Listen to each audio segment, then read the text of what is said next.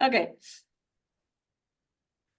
So we'll give it another minute for people to connect because there were more people on the registration. And I'll do a little PR in the meantime. So first of all, I'm really happy to see you, both on the screens and in person.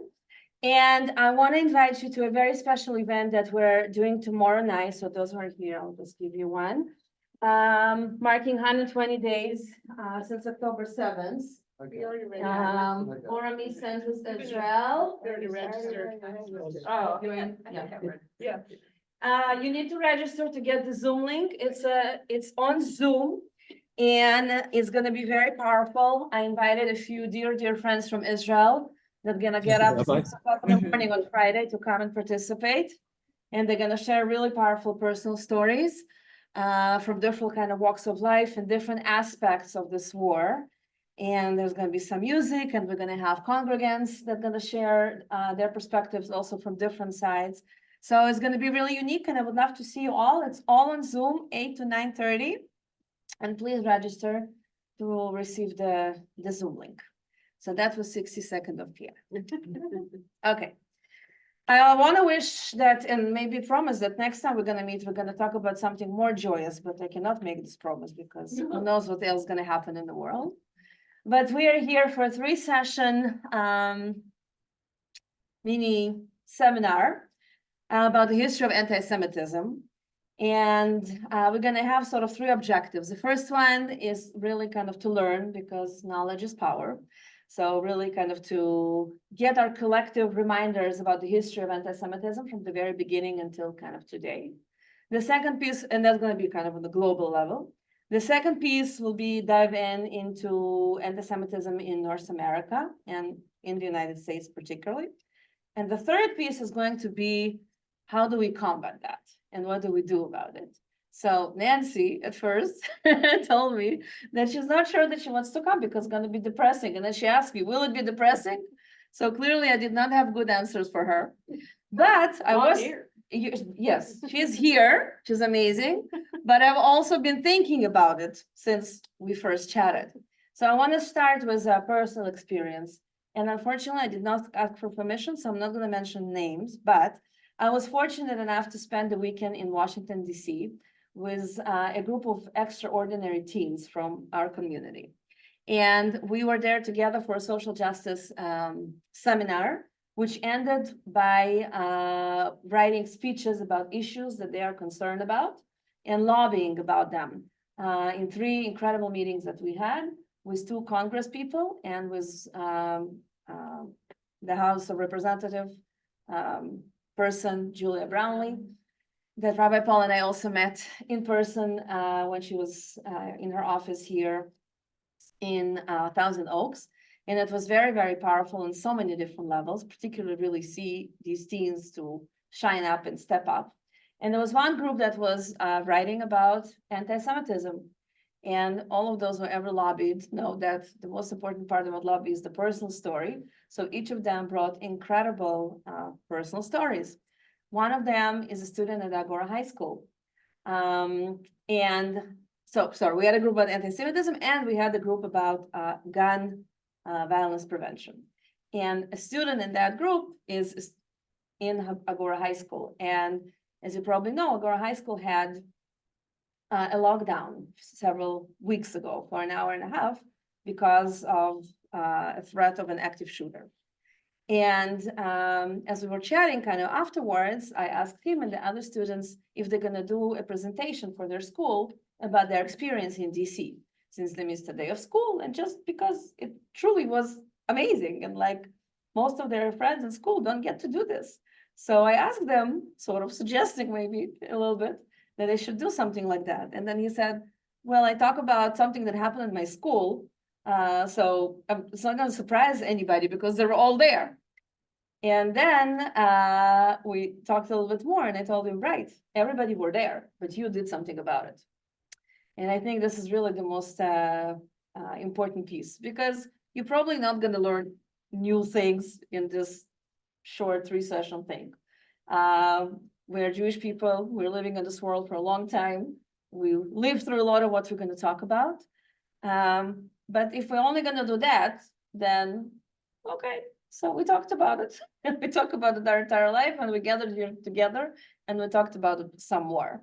But if we're gonna collectively talk about it and also think, what can we do about it for our own sake, and probably even more important, for the sake of the younger generation, then I think it's really making a difference. So this is kind of my look at this 3-course session. And hopefully after we will come together collectively, think about what we're gonna do about it and how we're gonna combat it. Then we would like also to offer all kind of different workshops for the community, for different age groups, for older people and younger people and parents with children, and for college students and for high school students, and for families that have people that think differently about this issue and Israel and everything in between. So I hope it's gonna be an important and active learning for all of us. Any thoughts before we dive in? All right, I remind everybody that we have Lisa Friedman with us, who is now also our rabbinic intern, and we are so, so, so lucky and blessed. And she is monitoring and mastering the Zoom and the hybrid situation that I would never be able to do without her. So if people at home have questions, please use the chat. And you don't have to wait until the end. You can do it as we go. The color, by the way, that I chose for the presentation is intentional. We're gonna get to it in a minute. So it's not just the color. By the way, if you notice, when we talked about Israel, it was blue. That was also intentional. So it's not to make you blind, God forbid. So we talked about the different objectives. The people, so we can read the Oh, whole yeah. thing. I did that last time. Oh. Hold on, Rabbi Lana. Oh, no. I Here. don't think that's covered. No, no Do more? you have any slides that go below that? Maybe. You definitely. What did you do with them last time? We invite people, you're leaving, but not actually. I did. There, yeah, that's it. No, You can- I'm you can gonna always think get- they're not there. They're Right. there, I promise. I see all of them. Okay. All right, so we'll try to cover the first part today. There's a lot to cover, so I'm not sure we're gonna get to the end of the global history of anti-Semitism, but we'll try, and if not, then we'll continue next week. So first of all, let's start with the definition. What is anti-Semitism? So Semites, as I'm sure you know, is a family of nations. Our nation is part of that family, but we're not the only one in that family. For example, the Arab people as a whole, they're also called Semites. So they're also part of that family. So linguistically, if we say anti-Semitism, it really is supposed to be anti all the people that are part of that family group that are Semites, us and the Arab people, and there are some other nations in the kind of Asian part of the world. But as a matter of fact, the same thing as when we say West Bank, it doesn't talk about the entire West Bank from the river to the sea, but it talks about a particular piece of land. Same story when we say anti-Semitism, it's not about all the Semites in the world, but it talks about our people. And actually the term itself was not defined until the 19th century. So at the very, very beginning, and for thousands of years throughout, it was not called anti-Semitism. There were movements and notions and actions around the world that were anti the Jewish people, the Jewish religion, Judaism as a whole, and it was not even called anti-Semitism. And we will see when we get to the 19th century, who was the person that actually defined the term, which is, of course, very famous all around the world. But nevertheless, we need to work with something. So a couple of words of kind of definition, and this is based on the International Holocaust Remember Alliance, IHRA. They're saying anti-Semitism is hatred, discrimination, fear, prejudice against Jews as individuals or the Jewish people as a group. And it's not science. So all of those prejudice and thoughts and emotions are basically based on all age stereotypes and myths and stories, if you like. And we're going to see a few core examples that I'm sure you've heard many different times. Maybe you know what their origins and maybe not. We'll see together. It is also rhetorical and physical manifestation that is directed towards Jews and non-Jewish individuals, connected usually by family, or their property towards Jewish community institutions and religious facilities. So in the modern world, we know that it can be a synagogue, a Jewish school, a kosher supermarket, and similar institutions. And anti-Semitism is the marginalization and oppression of people who are Jewish or are perceived to be Jewish, which is an interesting component, right? It basically has nothing to do with what a person defines of himself or herself. It's the perception that is defined a lot of times by other people. And it's based on the belief, again, in stereotypes, myth about the Jewish people, Judaism, and in modern times also Israel. How do we feel about this definition? Go ahead.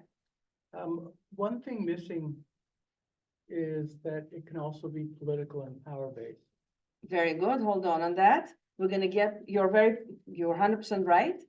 This is a very general definition. And by the way, it's a definition. It's not the definition, it's a definition. I looked at many, many different ones. And I chose this one because it felt kind of the most concise, again, on the general level, and it's a definition. We will learn today about the different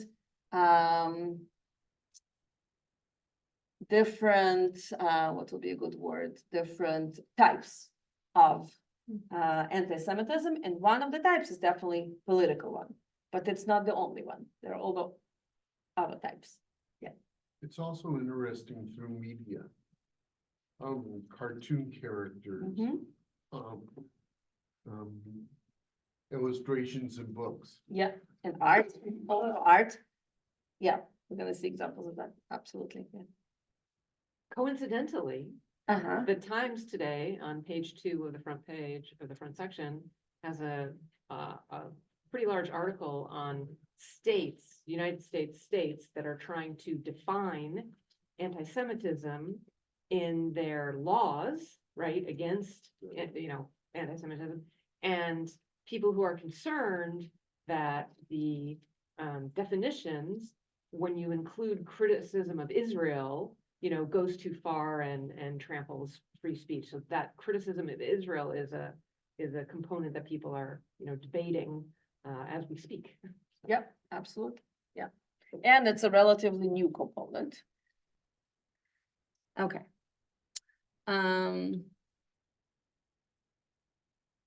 Okay, so as I was saying, through history, anti-Semitism, it's not some phenomena that exists, or it's not a term that exists, the phenomena that exists, the term did not exist. So we were always used as the other, and the other actually started from the biblical times. So when we read the story of the creation, we read about God creating the world in 6 days, Adam and Eve, the Garden of Eden, Cain and Havel, the first murder in history. Many generations forward, we get to Noah, and then the world that was kind of distraught, and God decides to destroy the world with the flood, right? So all of that is universal. We're not talking about Hebrew people, not talking about Jewish people, we're talking about people, about humanity.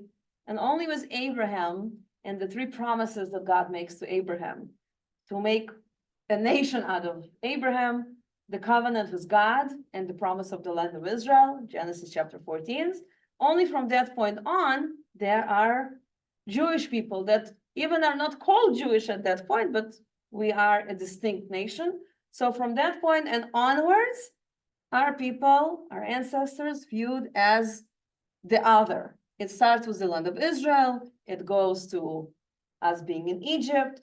It is, of course, the first monotheistic religion in the world that was pagan and surrounded by idol worshippers, and that was a huge issue. So religiously speaking, we were the other because everybody else believed in idols and we believed in one God. So already then we were the other. And then we get to the Hellenistic period, the Greek period in the 3rd century before the Common Era, that they already had a very big issue with our monotheism and with everything that we actively did to show our difference. For example, the food that we ate and observing the Sabbath and very physical manifestation, the circumcision and if you remember a little bit how the story of Hanukkah starts with the ban of basically doing everything that is Jewish. And that was the main reason for the Maccabees to go and fight with the Greeks. So that was already kind of the heart of religious battle with everybody else and the Jewish people as the other. And that happened in the land of Israel, but not only. And then all of that, this Hellenism and their anti-Jews goes forward towards the Roman Empire. And when the Roman Empire takes the control of the entire area that we refer to today as the Middle East, and they become the power, the Roman Empire, then of course, with the destruction of the Second Temple and the exile of the Jewish people from Jerusalem and from the land of Israel, we come to what we are all familiar with today. Here we are sitting in North America talking about it, and that is Jewish diaspora. Now, just to remind us historically, it's not the first time the Jewish people are expelled from the land of Israel. We already had Jewish people living outside of the land of Israel before the Roman era. Babylon, several centuries before, Egypt, Greece, Rome, and Persia. All of these places already had Jewish communities, small or larger, before this massive destruction caused was the destruction of the Second Temple. But after the destruction of the Second Temple, the diaspora really becomes kind of a fact of life because a lot of people are exiled. And that really starts a new era for the Jewish people. And potentially because the Jewish people are not coming back massively to the land of Israel for the next 2,000 years, then they root themselves wherever they are. And a little later, they start moving around the world. And they get to many different places in Asia and in Europe and in North Africa. And of course, much, much, much later to the Americas. But they are there, they are moving around the world, they're rooting themselves wherever they are. And the local population, wherever it might be, start having these anti-feelings, and we will see why that is the fact and how it is manifested. Does this make sense? And put things kind of in order. And of course, it really becomes the first time in history that the land of Israel is deserted, not fully. The Jewish people always lived in the land of Israel, but it becomes in very, very small numbers in the land of Israel, the homeland, and way more Jewish people around the entire world, really. And that is happening 2,000 years ago. So we are the other. Now we're not only the other, because in the land of Israel, let's say from Abraham and on, we were the other, but in our eyes, we were the other in our own land, or at least in the land that was promised to us. Now we go one stage up. We are the other by the eyes of everybody else, but we are also the outsiders. Why? Because we are no longer home. We are no longer in our land. We are on somebody else's land. And even if we are rooting ourselves there, for example, in Babylon, the Jewish people for the beginning, they cried that they're there, but then they got comfortable.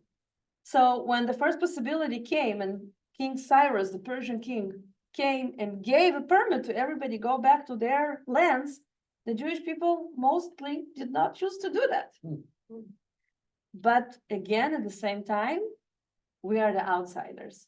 We are not the natives. And that's a big deal.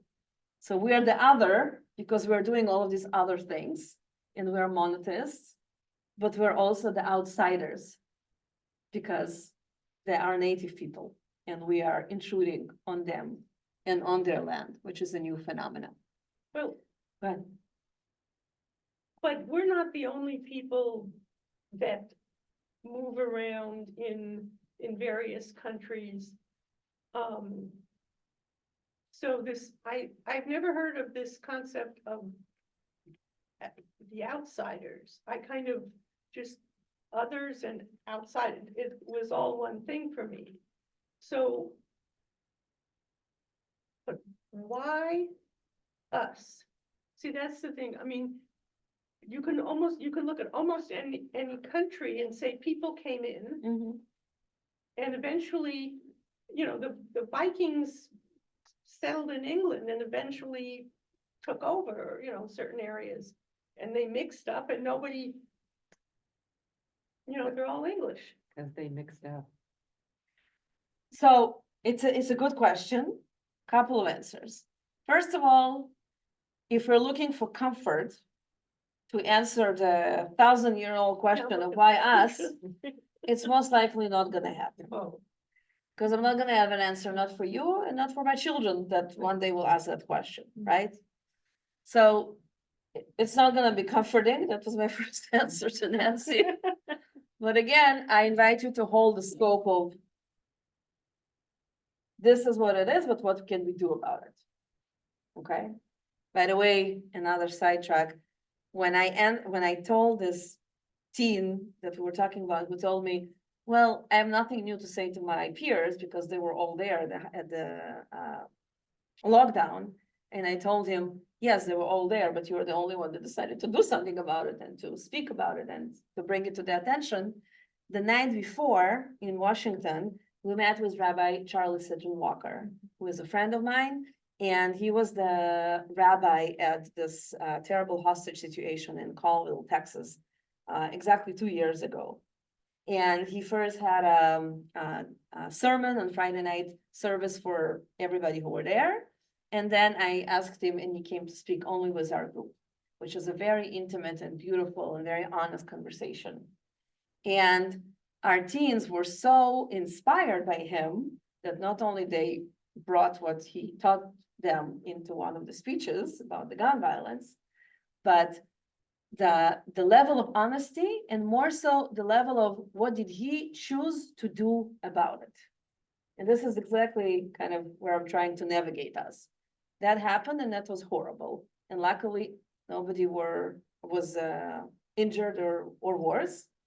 And he could have decided all kind of different choices to go about it in the world, to stop doing something or to do something different. But what he chose to do with that terrible event that happened to him is just unbelievably inspiring. He chose to speak about it. He chose to count his blessings. He chose to teach about gratitude in life to his congregants and everybody that he meets. So we're not going to probably find comfort as to why, but please bear with me and hold the scope of what can we do. That's partial answer. The other part of the answer, which is more kind of historical, United States of America is probably the only country that people literally came here from all over the world. And next time we'll see what different people in America had to say about the otherness and the outsiderness of the Jewish people. But in most other places where the Jewish people went to in the world, they came to areas where there was one or maybe two or three particular groups of people that were living there since whenever. And then they came there and they did not ever really assimilate it. They were not ever also given a chance to assimilate. But even if they did, potentially, they didn't really, because they had all of these things that we were doing differently, and our faith and many other things that are connected to it. So it was not really a situation of blending in and becoming just like everybody else. And again, I think that America is a different story, and we'll see how it played out here, which you know better than me, but we'll look at it together anyway. All right. So we are the others and we are the outsiders. And we really try to figure it out. And you can look at this little map and kind of see the directions of the Jewish kind of disperse, and we literally are going to all over the world. So if before the Roman exile, we had 5 centers where the Jewish people were living, and Israel was 6, then now it's really going all over the world and in many different numbers. Next stage of the story is a new religion that is emerging, and it's actually happening in parallel to the time of the big revolt between the Jews and the Romans, and this big destruction and this big disperse around the world. We have a new religion, and this religion is based at the core on a Jewish person. Go figure, like seriously. By the way, this is also the only monotheistic religion that was born and originated in the land of Israel. Judaism came to the land of Israel, it was not originated in the land of Israel. Islam, same story. The only religion of the three monotheistic religions that was physically born and originated in the land of Israel is Christianity.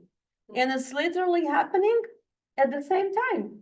If we look at the year zero, ground level, right? This is the prime time of the Roman Empire in the land of Israel. This is the prime time of the Herodian temple. This is the prime time of Jewish people coming from all over the world to Jerusalem 3 times a year on 3 holy pilgrimages. Everything is working and functioning really, really, really nicely.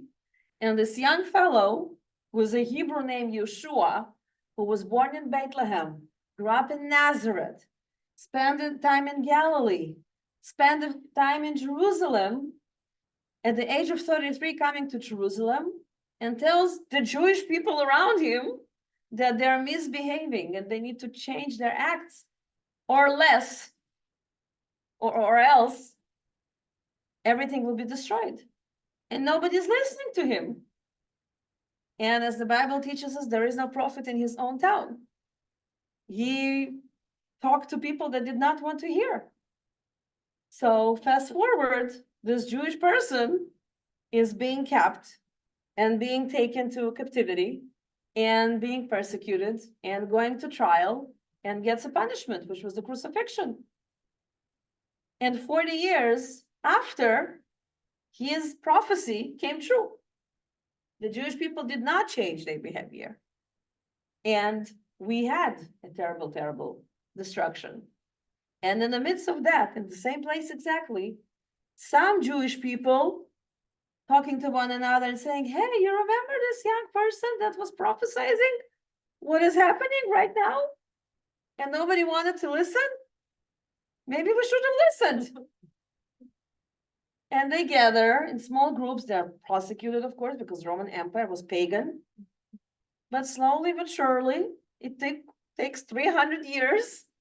But 300 years later, in the 4th century, when the mother of the Roman Empire, Constantine, Helena, is coming to Jerusalem, and she is finding these groups of Jewish people who believe that Yeshua was the Messiah, and that was a big mistake on behalf of the Jewish community not to understand that, she becomes to convert and to adopt this newborn religion. She tells her son, the emperor, to do the same. And very quickly, the entire pagan Roman Empire becomes Christian. And that becomes a huge ordeal for Judaism, for the Jewish people, for the Jewish community in the land of Israel and all over the world. So after the otherness and the outsiderness, the next level of anti-Semitism is the beginning of Christianity. And there are several points that really kind of prove that and put it into order. Judaism becomes no longer valid in the eyes of the new believers. And how do they implement that? First of all, they get a new book written down. And they rename the old book. So the Tanakh, what we refer today as the Hebrew Bible, gets a new name, which is the Old Testament. How it becomes the Old Testament?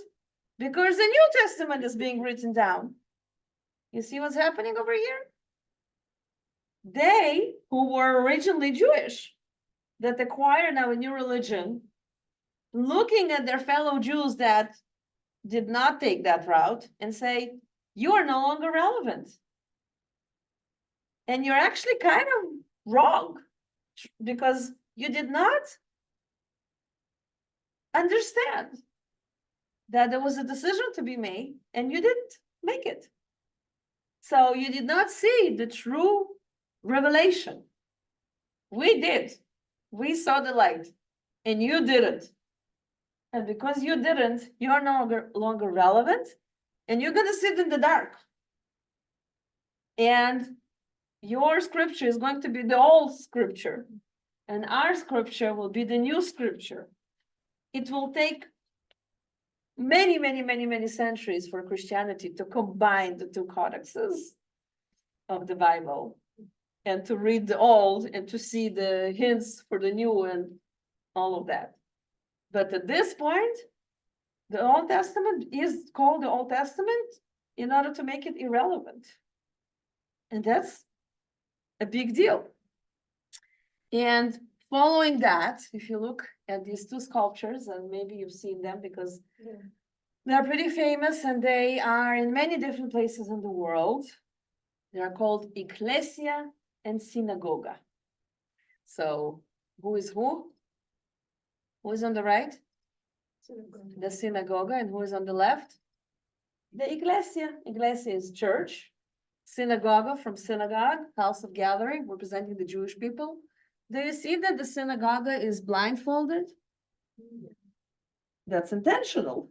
And that she's looking down in a form of humiliation. She's in the dark because she did not see the light. She did not see the revelation. Whereas the Iglesia is standing up high. She has the power, the posture, the, how you call this? The staff, right? Looking up, has a crown. She now controls the world. By the way, what's the largest religion in the world? Islam? No. No. Not yet. Christianity, 2.2 billion people in the world are Christians. And about 1.6 billion are Muslim. And of course, What is that behind her head that looks like a spear? What is that thing? this, it is a spear, but it's folded. You see that? It's folded. Okay. It used to be straight, but not anymore. So it's not really useful anymore. Well, following the training that some of us participated this morning, maybe it can serve as a weapon, but the idea is really to bend it over to say that it's no longer relevant. And she has a book, a la People of the Book. The Old Testament. Of course she has a book. We are the people of the book. We had a book. But Iglesia and her friends made our book irrelevant. And these sculptures appear in multiple churches that are now built all over. And this notion of you guys are irrelevant and you sit in the dark and your book is the Old Testament, that's the notion that there is a new power in the world. And not only that the Jewish people are not part of it, but they are actually humiliated by it. And that's a very big saying. So if before that we were the other as monotheists compared to the pagans, now we're not only the other to the pagans, we're now the underdog of this new monotheistic religion that came from Judaism, which is also very important. They're not just appeared, but they were born from Judaism, which is really interesting. And I put I forgot that I actually added it here, but the representation of the statue is based on a quote from the New Testament, the letter of St. Paul to the Corinthians, saying, we, talking about themselves, the Christians, we are not like Moses, who would put a veil over his face to prevent the Israelites from seeing the end of what was passing away. But their minds were made dull for this day. The same veil remains when the old covenant is read. Old covenant is the Old Testament, right? It has not been removed because only in Christ it is taken away. Even to this day, when Moses is read, a veil covers their hearts. But whenever anyone turns to the Lord, the veil is taken away. And the Lord in this context, of course, is Jesus. So this is kind of the inspiration for the two statues. So Christianity gains power, and it gains political power because it's the religion of the biggest empire that at this point controls the world. Of course, a lot of negative effects for Jews. And if that's not enough, here we come to, it's not the first, but it's among the first anti-Jewish laws. Not the first because remember the Greeks during the Hellenistic time? That's kind of what they did, which inspired the battle, which led to the story of Hanukkah. So it's not the first in history, but it's the 5th century, and it's a code of anti-Jewish laws known as the Theodosian Code. Why? Because the person who manifested them and signed it was an emperor, Roman emperor, whose name was Theodosian. And just to see a little quote, it was a big manifest with description of all the things that the Jewish people were now banned from doing. So just to have a little taste, no Jew or no Samaritan who subscribes to neither religion shall obtain offices and dignities. Indeed, we believe in sinful that the enemies of the heavenly majesty and of the Roman laws should become the executors of our laws, the administration of which they have stylely obtained, should have the power to judge or decide as they wish against Christians, and thus, as it were, insult our faith. By the way, notice the date. January 31st. How yeah. crazy. Is that something? You're I'm not really gonna, good at matching the dates. on yeah, the seriously. I'm not gonna do the math of how many years. If somebody wants to go ahead, Helpful. this is not my forte. But I thought it's interesting that it's January 31st, and this is a nice little sculpture head of Emperor Theodosius. As I shared at the beginning, I chose the bright yellow color intentionally. The Jewish people throughout history, through art and later through bulletins and newspapers and journals and cartoons and whatnot, we were recognized by the yellow color. And it actually starts also with early Christianity. In Jerusalem, when Jesus came and he talked about the destruction, and this is called, today we call it the last week of his life. So he came on the Sunday, spent the week. On Thursday night, it was Passover. So he had a Passover Seder with his students. And later that night, in a place called the Garden of Gethsemane, he was arrested by the Romans. And the story talks about the fact that it happened in the middle of the night. And all of his disciples, he was there with the disciples, fell asleep. And he was there in his agony, praying. And then the Romans are coming, and they needed to figure out who of the people that were there was him. And one of his disciples, named Judas, is coming closer to him and is giving him a kiss on the cheek. You can see it over here. You can see it in a more modern setting over here. And in all the artwork since early Christianity, this is from the Byzantine time, Judas was always painted in yellow color.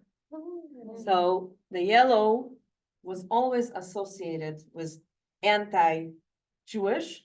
And of course, it's also not a coincidence that much later in Nazi Germany, most of the places had a yellow Star of David, which also, by the way, was not invented by Hitler. You will see that there were places in Europe in the medieval ages where Jewish people were told to have either a yellow circle or a yellow Star of David on their clothes to distinguish them from everybody else. You know, the name Judas is very unfortunate. I would think that that adds to the anti-Semitism. Is there any thought that that name was chosen in the New Testament because of the anti-Jewish feeling? So, you know, that's interesting. I actually don't think I ever thought about it, so thank you. I'll have something new to think about. No, really, it's a great question. So just kind of thinking out loud, it's not necessarily an answer, just a thought. All of the stories from the time of Jesus's life and shortly after he's kind of coming back to the world are in the four evangelists that are synoptic, means they tell Story. kind of the same story with small, minor, mainly minor details. So this story about the last night and the kiss on the cheek appears, I think, in at least three of the four evangelists. And it always refers to Judas, which of course in Hebrew is Yehuda. And of course it plays out beautifully. 12 disciples, we come from 12 tribes. One of the tribes is the tribe of Yehuda, and we are all Yehudim, Jews in Hebrew, Yehudim. Why? Because we are all the descendants of the tribe of Yehuda. And all the other tribes dispersed around the world. It just seems like too big of a coincidence. Like it seems like there had to be thought behind that, but. Good, Yeah. we'll have something else to explore. Rabbi, That's Yeah, about it's a it. coincidence. Yeah. Rabbi, can, Yes, Yes. yes, Cantor. yeah, so after the conquest of the land of Canaan and the 12 tribes settled the land, the two kingdoms was the land of Israel, the kingdom of Israel, and the kingdom of Judah. And that's where the word Jew comes from. The D was dropped in Old French. That's the Juif, and that's where the word Jew comes from. It definitely comes from Yehuda. Right. So I just said that, I think, a second ago. So just to combine what you're saying and what I'm saying, because it's all part of the same story. So initially we were 12 tribes. And when the Israelites are crossing the Jordan River led by Joshua, we were still kind of following our tribal inclination with King David, who brought the 12 Israeli tribes into one united kingdom. The name of that kingdom was Israel. And several generations after King David, actually under the leadership of one of King Solomon's sons, the kingdom was divided to the kingdom of Israel, which was the northern kingdom, and it had all the 11 tribes, and the southern kingdom, which was the kingdom of Yehuda, with the people of the tribe of Yehuda. So eventually, with the conquest of the Assyrians and the Babylonians, the 11 tribes that were part of the northern kingdom of Israel dispersed around the world, and we don't really know who went where. And all of us today, as you are saying, we are the descendants of the tribe of Yehuda, and therefore in Hebrew, it is called Yehudim, the Jews. And Nancy was bringing another really interesting element, because Jesus had 12 disciples, and the name of one of the disciples was also Yehuda, that in the New Bible translations to English is referred to as Judas, and he was the person that betrayed Jesus with the kiss on the cheek. And we go back to the yellow color, that in all the artworks we see him in yellow, but Nancy is asking if it's not a coincidence that Judah, Yehuda, was the one of the 12 disciples that betrayed his master and not anybody else. And if anybody has an answer, I would love to learn. And if not, then we'll need to explore.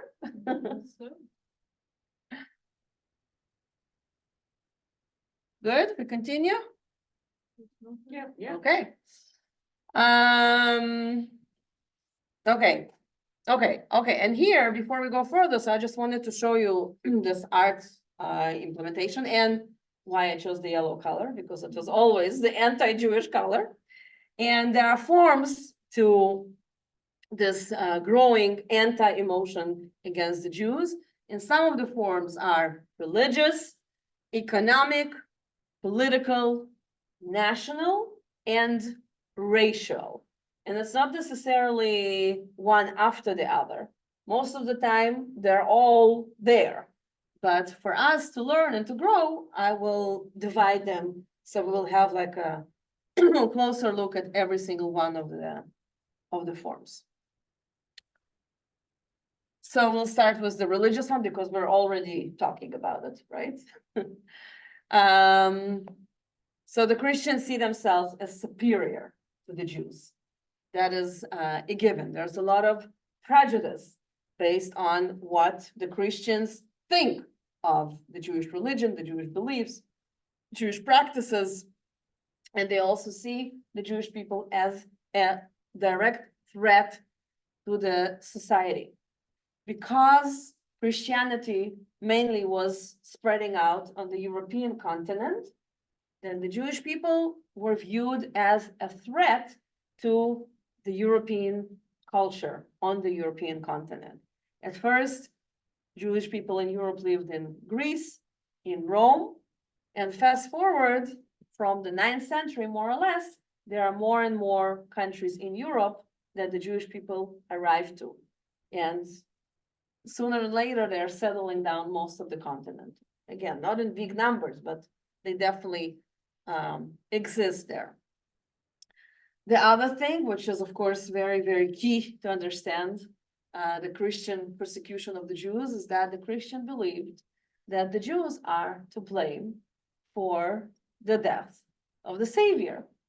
They believed for 2,000 years that the Jews are to blame for killing the Messiah. So that goes back to the original, because I was wondering, when did that? That started right away, 1st century. One thing I could never understand this, even as a child, I could never get my head around this, which is Jesus had to die to become, resurrected and God and everything. And their whole religion is based On on death. the death.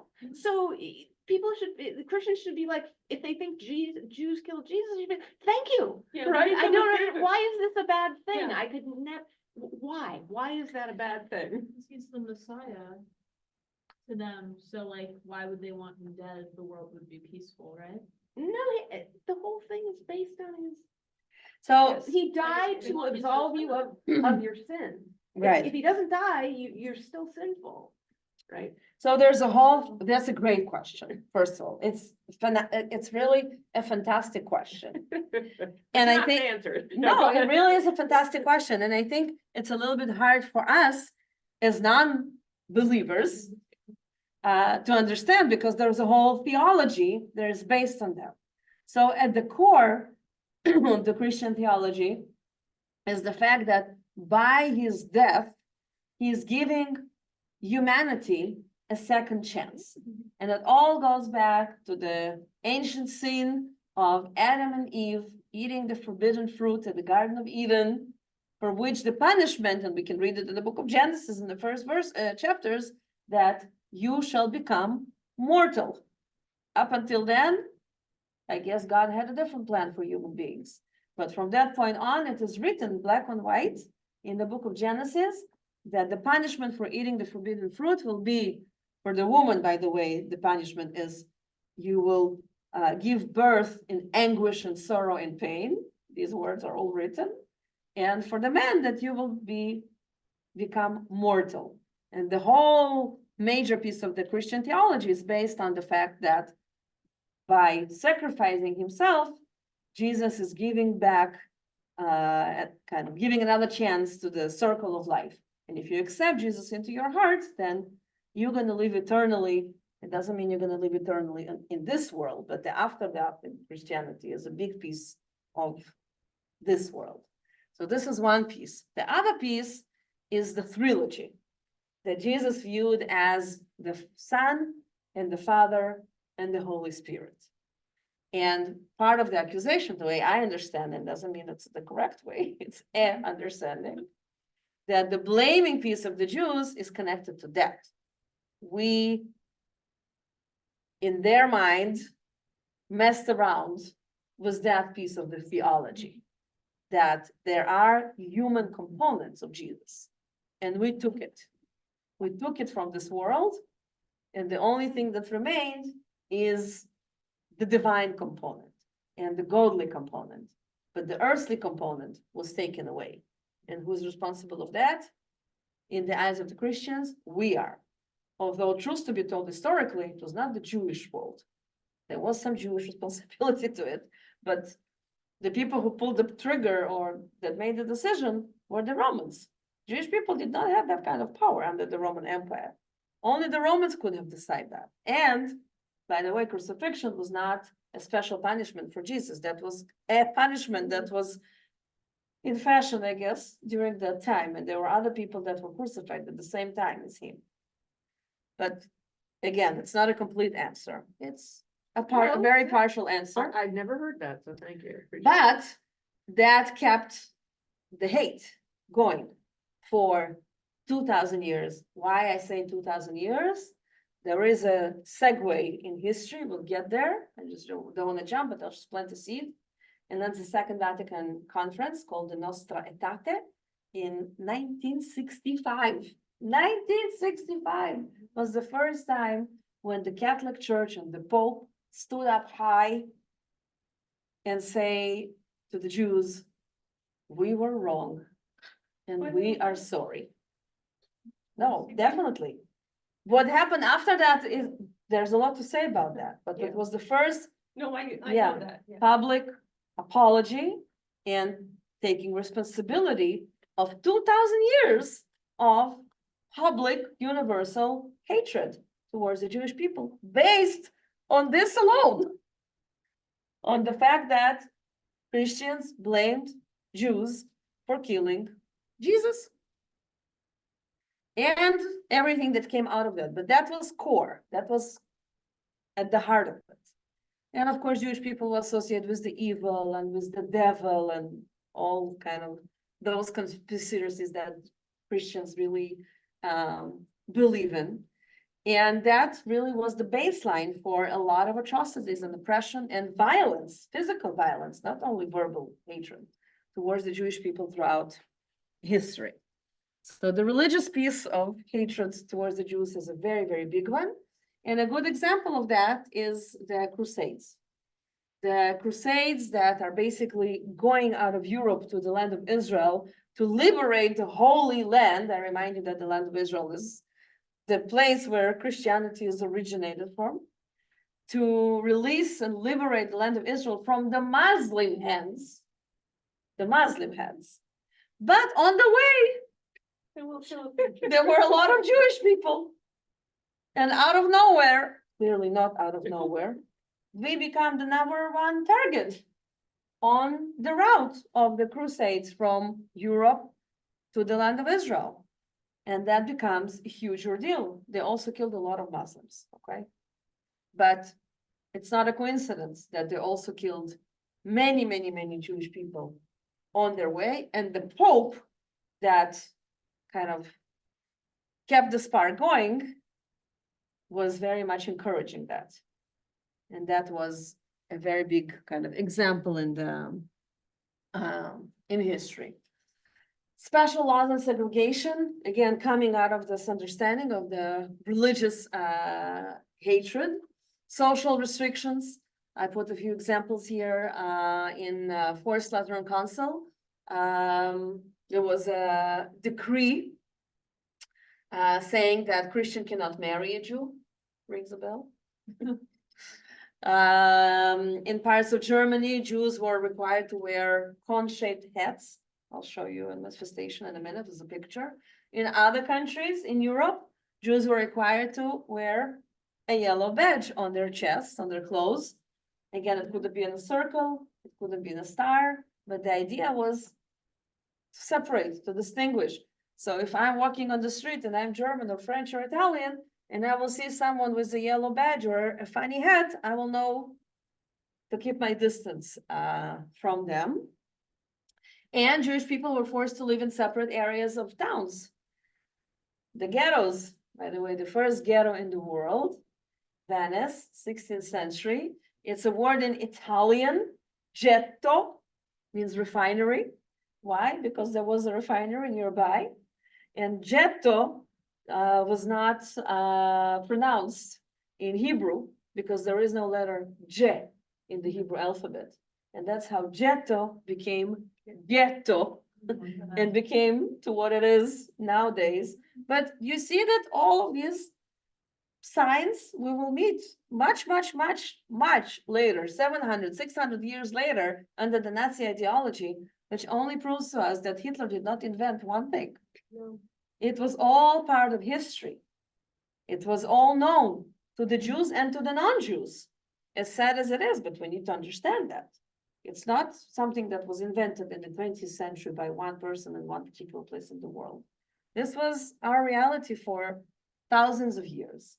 And Jewish people lived in segregated community, and they had a wall and a gate surrounding them, and they were allowed out on certain hours, and there was a curfew, and they needed to lock the gates late at night, and all of that was part of the reality. Here are a few examples. These are the funny hats.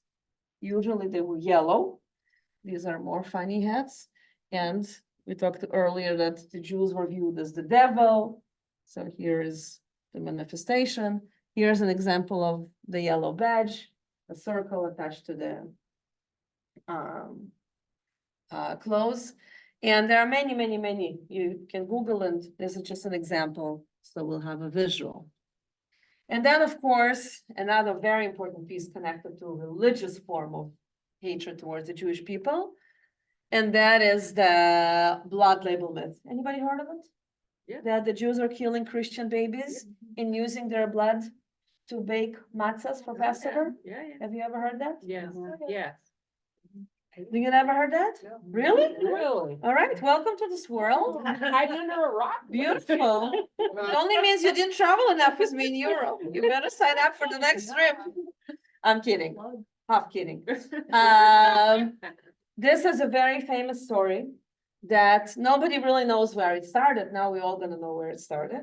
But it became very famous that Jewish people steal Christian children and kill them and use their blood to bake matzah for Passover.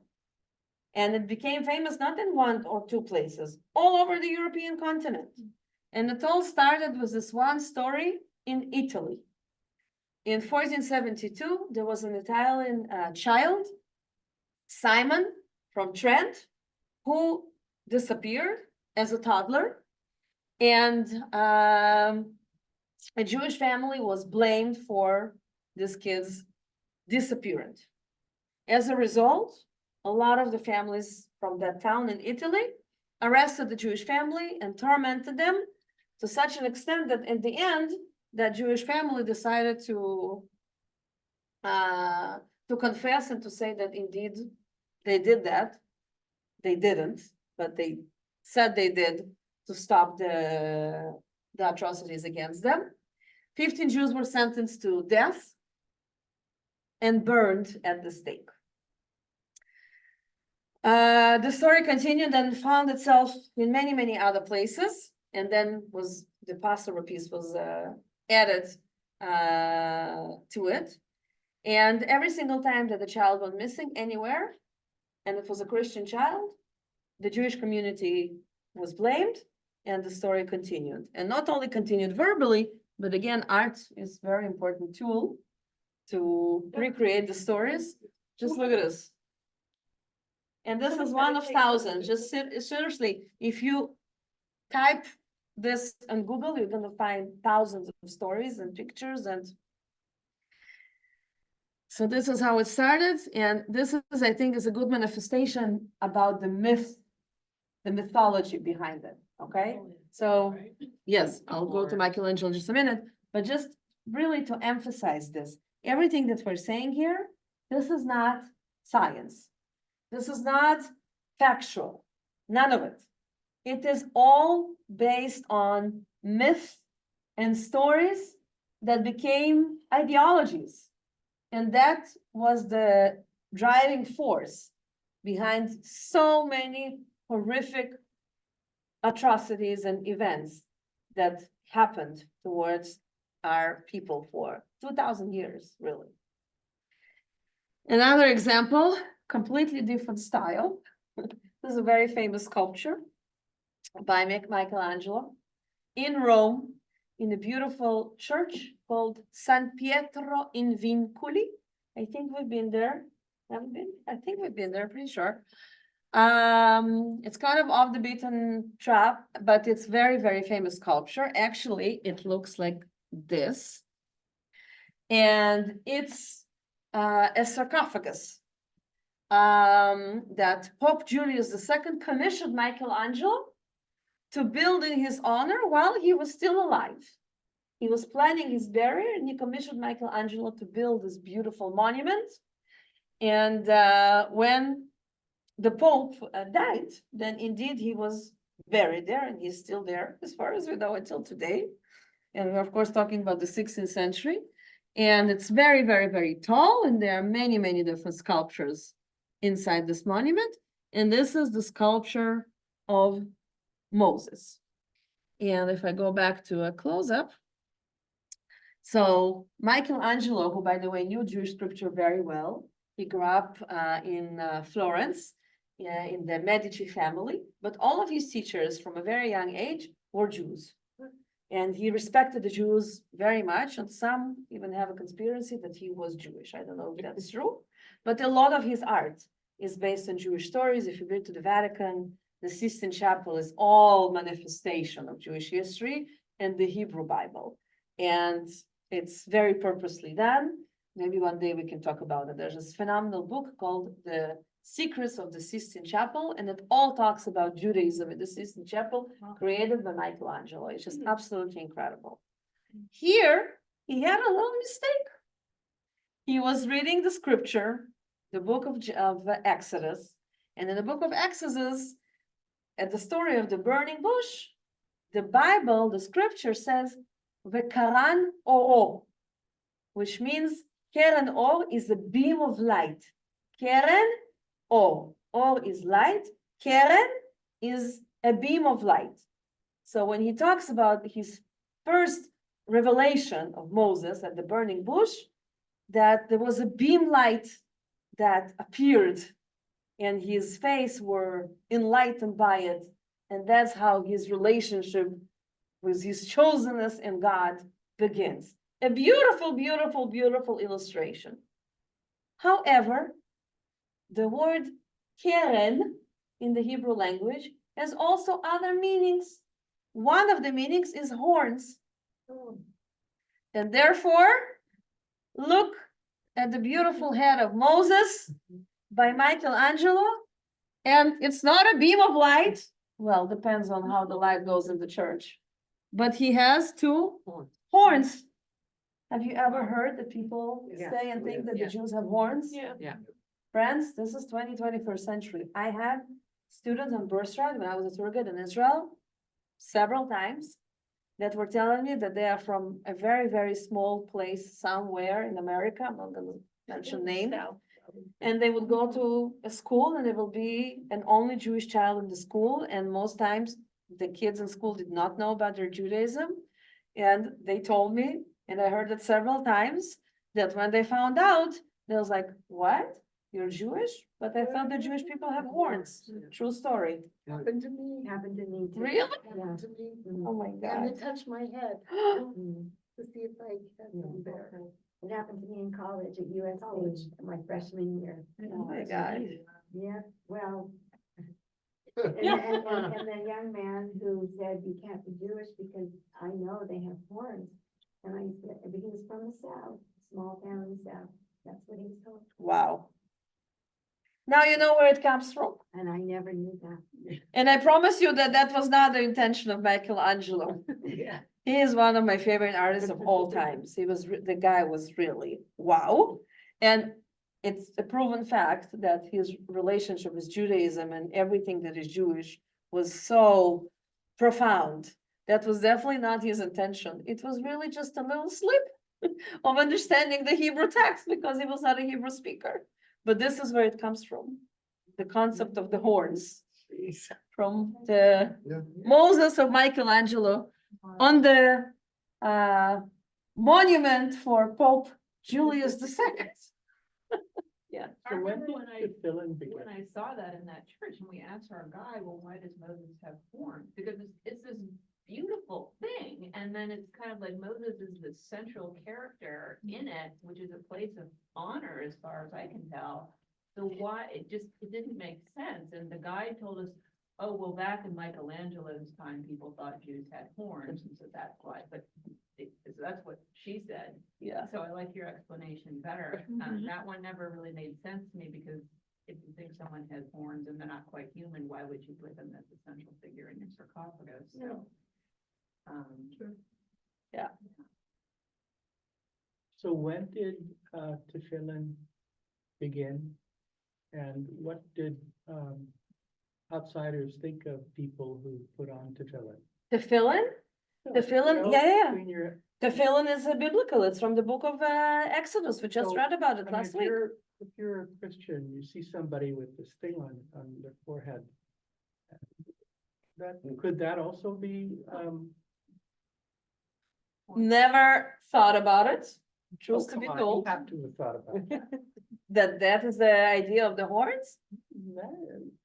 Never It looks did, pretty- but if you don't know what this is about, that looks pretty weird. It's weird. when it you know looks what it weird, is. I agree, but from that to horns, I Well, don't know. it's sort of like Maybe. It's I'm- covering I'm not the- saying no. I really didn't ever think about it because all right. I guess I'm just walking with this story for so many years. And there are other places that it's explained. I mean, this is just a physical manifestation because it's such a famous sculpture. But this idea of Keren Or and the confusion between a horn and the beam of light, it appears in several texts. But I'm not saying no, maybe. I don't know, maybe.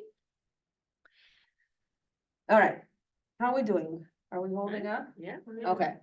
Are people at home holding up? Nothing in the chat. Nothing in the chat. Are they still there? They're all asleep. I think they've stayed, yes. No. We're still at the same amount as we started, so. Oh, we're good. All right, cool. So, so that was religious hatred towards Jewish people. Now, another level is economic. Again, not news to anybody, but how did it all start? So we know about the belief that Jewish people, definitely in the medieval ages, are associated with doing things that has something to do with money, right? Money lender. Particularly money lenders. There are some historic roots to this concept. 11th century medieval Europe, laws against the Jews that prohibited Jews from owning a land, from farming a land, from joining crafts, be part of a professional guild. And since they couldn't do any of that, then they needed to do something. So there was a few economic opportunities that were available. And there were a lot of Jewish people that kind of turned to this type of profession. So there were many lenders or tax collectors. And of course, they were not doing it for themselves. They were doing it for their Christian owners. But slowly but surely, it became associated with the Jews. So the concept of Jews and money, or the concept that all Jews in the world are rich and they have money and they control the world, we could say that it originates here, the greediness and all the stereotypes that kind of come with it. When in fact, they turned to do this because they were prohibited to do pretty much everything else, which is kind of bizarre to think about, but that was the case. So again, some graphics. There are so many all over the world. I remember my first time being in Poland many, many years ago in Krakow. There's this gorgeous town square built in the 15th century. It's a UNESCO World Heritage Place, by the way. Orami, we're going to Poland. Here's another promo, and we're gonna spend a long weekend in Krakow and the music festival and whatnot. Anyway, on that square, there is a market.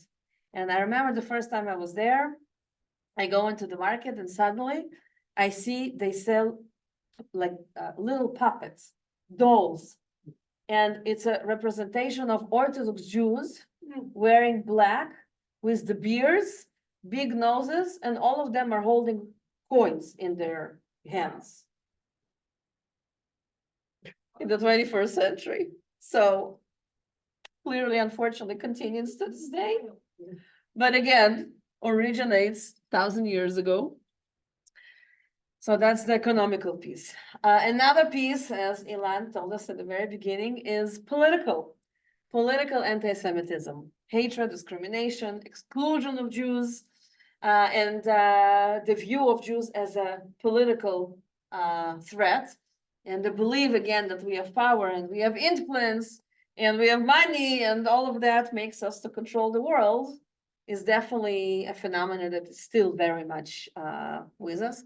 By the way, side note, in Washington, D.C., we had 3 meetings with 3 offices, and we did not meet the actual Congress people or Julia Brownlee. We met the staff that works with them. So 2 out of the 3 meetings that we had, their staff were Jewish. So I'm not sure if it's a coincidence or not, but anyway. It's interesting that the belief is that we control the world, but yet we keep having so many problems, you know? I mean, we're doing a bad job of it for our own people, let's put it that way. And the flip point of that is because the belief is that we control the world, the level of hatred only goes up. So it feeds one another. It's not separable. Let's look at some examples, and we're kind of getting towards the 1800s, because everything that I just described happened for all the centuries in medieval Europe. The Jewish question and emancipation, and we're going to part the conversation from Western Central Europe and Eastern Europe because it's not the same. Emancipation is a concept that came up with the French Revolution. And of course, you know that the 3 values of the French Revolution was liberty, fraternity, and equality. Napoleon Bonaparte that manifested that belief, and the French people in France was the first country kind of to follow those 3 values. And then, of course, they needed to examine, is it truly also about the Jews? Or in other ways, are the Jews really are French, like the French, coming from the perception of being the other and being the outsider still for now 1800 years. So if we're giving everybody equality and liberty and fraternity, how the Jews fit into this picture? Side note, Napoleon Bonaparte came to the land of Israel in 1799. He had one of his greatest defeats in the land of Israel. It's a separate story for a different night. But we found documents that he wrote and signed saying that if he will win the land of Israel, he will give it to the Jewish people because he believed in the concept of the Jewish people having their own land. So in some way, we can say that Napoleon was the first Zionist. It's about 100 years before Theodor Herzl. It's not a joke. It's a true story. Yeah, but did he want it just to get the Jews out of Europe, though? You know, like what's the? No, because, and I think the example of that is that the answer to this question was yes. And only 2 years after the revolution, the Jewish people in France were emancipated. It's so weird. I Why? mean, I knew that, but it's hard to take it in. I mean, they were running around killing themselves, you know, the revolution, they ate their own eventually. And in the meantime, they freed the Jews. I mean, they emancipated. But they What were did. they thinking? They did. And I will pause here for a minute to say something important. And some of you heard me say that before, so I apologize for the repetition, but not everybody heard me say that. And I truly believe that it's an important piece. At this point in history, 1791, the Jewish people are invited after almost 2,000 years or after 1,800 years to stop being different and to stop being viewed as the outsider. Just think about it for a minute. After 1800 years, they truly receive a genuine invitation to leave the ghetto in all the levels and to become just like everybody else. And different Jews had different reactions to this invitation. I'll say this again because this is key to understand. Different Jews had different reactions to the invitation of becoming just like everybody else. And the result of who we are today as people, both in North America and in the state of Israel and all over the world as Jewish people, the result of who we are today goes back to those different responses of the Jewish people in France and following in other European countries to stop being different and be just like everybody else. And I'll just really quickly name a few of them, and maybe we will pause here and be in suspense until next week. Tune in next week. What? Tune in next week. Tune in next week, that's right. Number one, or reaction number one, response number one, were the Jews that said they want us to change because the emancipation came with some expectations. And the expectations, you can see, I think I wrote it here, was to stop being different. How do you stop being different? You need to change who you are. You need to stop using traditional Jewish names. You need to register yourself as part of the local communities and the local government. You need to refrain from using Hebrew or Yiddish, language while you're doing business. You need to stop being different. If you want to be like us, be like us. And that means stop being different. So the first response where the people said, they want us to change? No, we don't want to change. Change is scary. And we don't want to be afraid. But we are so afraid of change that we're going to keep who we are and we're going to come even more into our shell. We're going to continue to dress the way we are and to eat the way we are and have the beers the same way and speak Hebrew and Yiddish and keep our names and keep our practices. No, thank you, they say. We don't want to be like everybody else. You know who I'm talking about? Yeah. I'm talking about the ultra-Orthodox Jews. Yeah. These are words that did not exist in our culture up until this moment in time. When they're invited to become like everybody else, they say, no way, I'm not going to be like everybody else. You know what ultra-Orthodox Jews called in Hebrew in the state of Israel? Have you ever heard the word Haredim? What is it? Being Hared is being afraid. Oh, That's what it means. I never thought about Brady cat. Huh? The Brady cats. so it's an insult. They don't call themselves that then. Well, of course they are. They Does do. it mean Absolutely. something else to them? Nobody uses ultra-Orthodox in Hebrew language in Israel. They call themselves and they're called by others as the Haredim. What are they Haredim from? What are they afraid in English from? From change. Do you think there's something Jewish in the black coats? No, it's no. It's not Jewish. This is how people used to dress, particularly in Eastern Europe, but not only, or the beers and everything that comes with it. We can talk more about it next week. This was group number one. Say, no, thank you. We don't want change. We are afraid of change. We don't want to be modern. We are okay just the way we are. Reaction number two was the complete opposite of that. Reaction number two said, finally, hallelujah.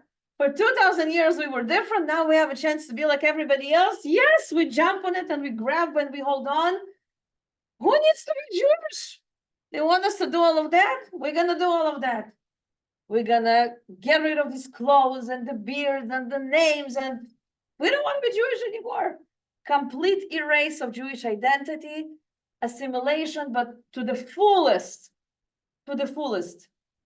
Mendelssohn, Felix Mendelssohn was a wonderful composer.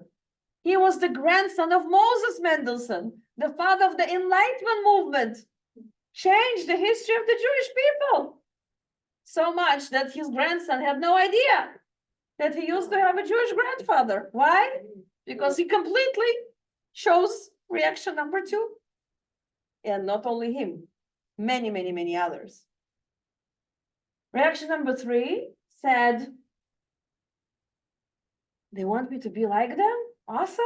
I want to be like them, but I'm going to be like them in every single sense of the way. They have their own country. I don't want to be part of their country. I want to have my own country. They have an anthem. I want to have my own anthem. They have a flag. I have my own flag. They have an army. I'm going to have my own army.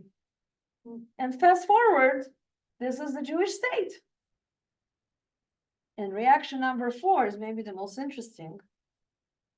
Those were the people who said, awesome, we want to be like everybody else. We'll get rid of the clothes and we'll choose French names and we'll go to the orchestra with them and we go to university with them and we go to the same workplaces. But then comes Sunday and my French neighbor goes to church. And me, the Jew, I don't want to do that. I was fine with everything else, but that is my borderline. I am not going to any church. And then I'm asking myself, so how am I different than my French neighbor now that I become like him? Well, I am different because he goes to church on Sunday. So I will go to my church, only it will be on Saturday. And my church is called synagogue. And I am different by my neighbor, by my religion. And my friends, it's the first time in our history that Judaism is identified as a religion. That was never our story. Never. I know it's a challenging concept to grasp living in America, but it's the truth. It was never perceived as a religion. It starts being perceived as a religion right here. So it's considered a way of life and a name? It's considered to being part of a particular group of people It was a that race. share tradition and language and the land and holidays and scripture. Which is a race. We talked about. No, that it's a last culture. time. No, it's not. culture. That will come later, and it was not invented by us. We never define ourselves as race. If you would ask a Jewish person on the streets of Europe 250 years ago, 300 years ago, what is this thing being Jewish? The answer will be along the lines of being Jewish is being part of a particular group of people. And this particular group of people have a whole list of things that binds them and brings them together. And these common things are a language, a land, memory, scripture, holidays, food, humor, literature, customs, traditions. The culture. There was no is a culture. There was no religion into this. So we were a people without a land. We were, We had a land, I know, but I mean. we were but thrown this- out from this Right, land, right. but we never stopped praying about it and hoping about it and yearning for it. And keeping all the pieces Exactly, of the land. right. So the first time that Judaism is defined as a religion is by that certain group of Jews that wanted to be assimilated, but did not want to go to church. And a little bit later, they ask themselves another question, and that is, wait a minute. How are we different from those in the ghetto? And that gave birth to Reform Judaism in Germany. When Germany followed the French Act on emancipation, liberté, éternité, fraternité, and so on. And then Reform Judaism immigrated to America and became to what it became today. But that's a beginning of a new conversation. Can we bring back all the people, please? Wanna We're stop gonna sharing pause the here. It's screen? it's really in the middle, but it's, If you stop sharing. the you'll screen, need to be in suspense. Let's see if we have comments, questions, or anything that we want to take home till next Wednesday. Hello, Yeah. everybody. Look at all the people. Here are all the people. Good. All the- Comments, thoughts, questions, remarks. Included. Myron, if you're Mute- speaking, you need muted. to unmute yourself, and we would love to hear what you have to say. I just asked him. Can you do it for him? I can't do it for him, but I asked him. Okay, here I am. Yes, hello. Isn't it interesting that whereas the French emancipated the Jews, isn't it true that over the last number of decades, the French have been more hostile towards Jews and Israel over the last, I don't know, 50, 60 years? In Europe, Jews have had more problems in France, and they have been totally, seem to be anti-Israel. First Yes of or all, no? yes, but actually, I'll rephrase that. Second of all, yes, but first of all, we are still in the 1800s, and you're already taking us 200 years into the future. What I we're gonna can't, talk about I next can't week? wait. Well, we will talk about this next week. Oh, God, okay. Remember that everything that we just shared, this is 200 years before the state of Israel was born. Right, We are not there yet. So hold your horses, please, and I okay, promise you will get there next week. thank you. But you are right. Okay, at least I go to bed tonight knowing that I'm right. I'll get you in a minute. Anybody else at home who Dale. wants to, Dale does. who? Dale? Gail? Dale. Dale, Top left. where is that? Dale, yes, Dale. hi. Hi, Find them. I remember Vatican II when the Pope said that, Jews didn't kill Jesus, and I grew up next door to a Catholic family, and the girl who was my age came to me and said, it's okay that I can play with you now because the Pope said you didn't do it.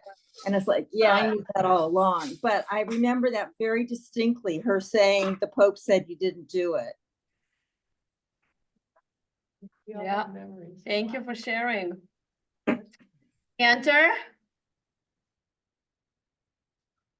Yes, I just wanted to echo what Myron's feeling is. Rabbi Lana, you're such a tease. You left a cliffhanger, and we can't wait to the second half of this program. Do it right now. Yeah. Oh, nice. Lisa suggesting to do it right now. Are we everybody Yeah, up it- for it? It's only 9 o'clock. We're gonna do it like Shavuos. We're gonna stay up all night because this is so interesting. Cheesecake. Yeah, right. Let's go. Ilan.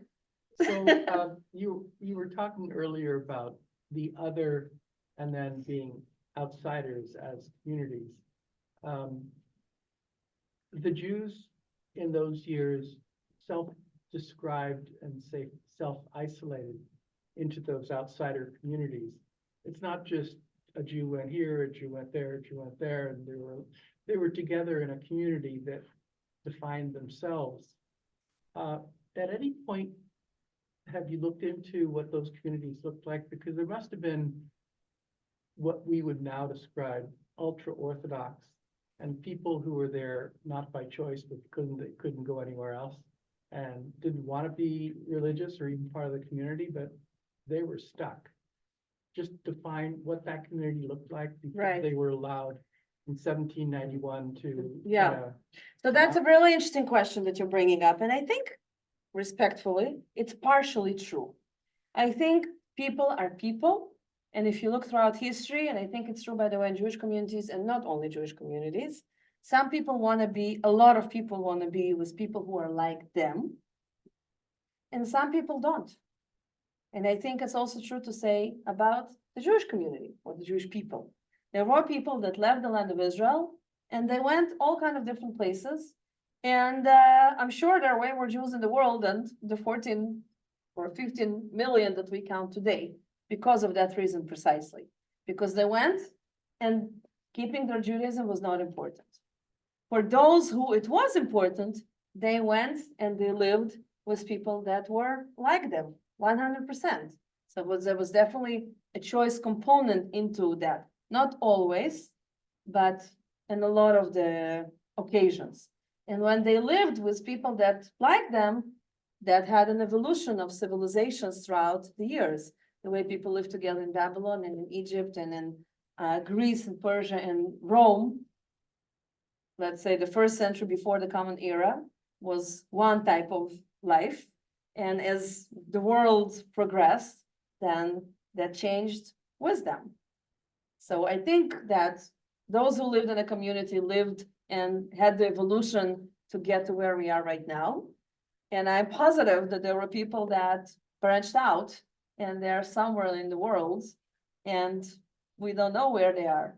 Or we know sometimes we meet people and we find out that they're doing certain rituals and they have no idea that they're Jewish. But when we hear about it, it's like, wait a minute, this is Jewish. And that also happens in the world. I don't know if it answers, but partially maybe. Just to kind of talk some more about what Ilana is saying. First off, women had no options, so they couldn't go anywhere. And men, Jewish men, were circumcised. So if the rest of the community wasn't, you know, you're gonna pee by the side of the road, somebody's gonna know you're circumcised. So for those reasons, you know, I think people, as a woman, you're not going off anywhere. You have no options. Yeah. Yeah. Yeah, two good points. Yeah, for sure. Other thoughts, comments, questions? In your chat, you have to look at your chat. My which I did not get. It was to you. This is so interesting. Okay. Ah, it's a personal chat? Yeah. Ah. Oh, yes, so it's gonna Okay. be recorded, Yeah. so you should say yes. Yes, Janice, we will record. We were doing, the next session is next week. And then I learned that Valentine's Day is a big thing here. I was planning to teach on February 14th. And I was told not to. So there's gonna be a week and then we will meet again on the 21st.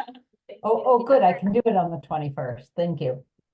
You can celebrate Valentine's Day peacefully and we will regroup to combat anti-Semitism on the 21st. You know, my Israeli husband never celebrates Valentine's Day. He says it's a pagan/Christian holiday and he just ignores it. Or he's cheap. Or what?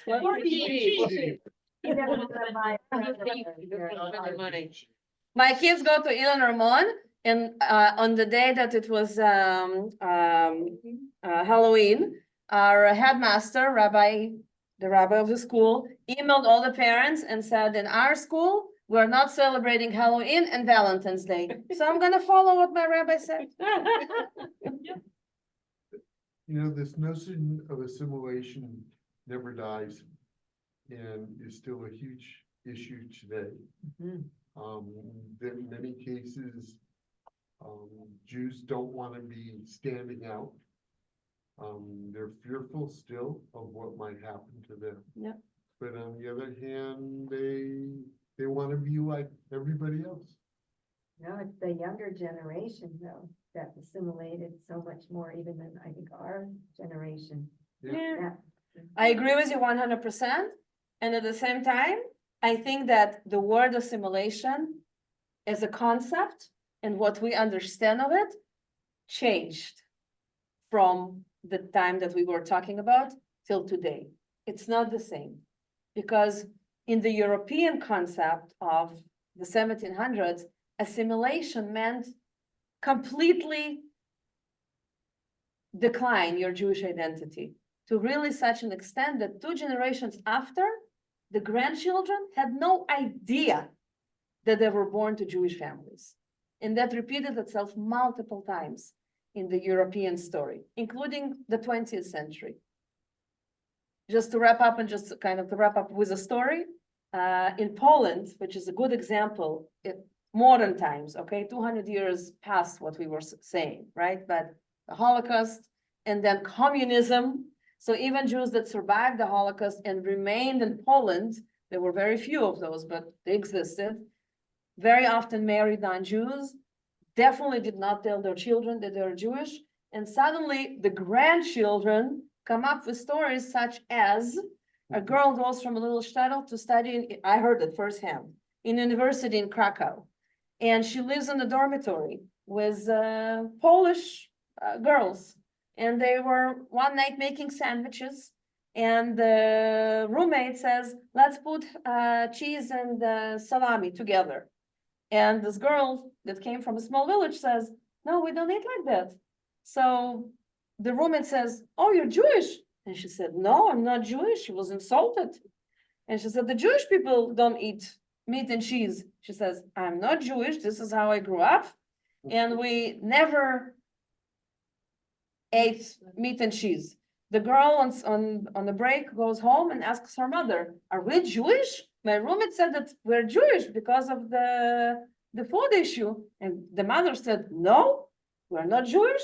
What are you talking about? And also became very hostile about it. So the young girl started digging, and through the archive of the village, found out that her grandmother, that was long dead, was Jewish. And the mother did not know about it, although the mother also grew up not eating meat and cheese. And this is how the granddaughter found out that she's Jewish, basically. And there are so many stories like that.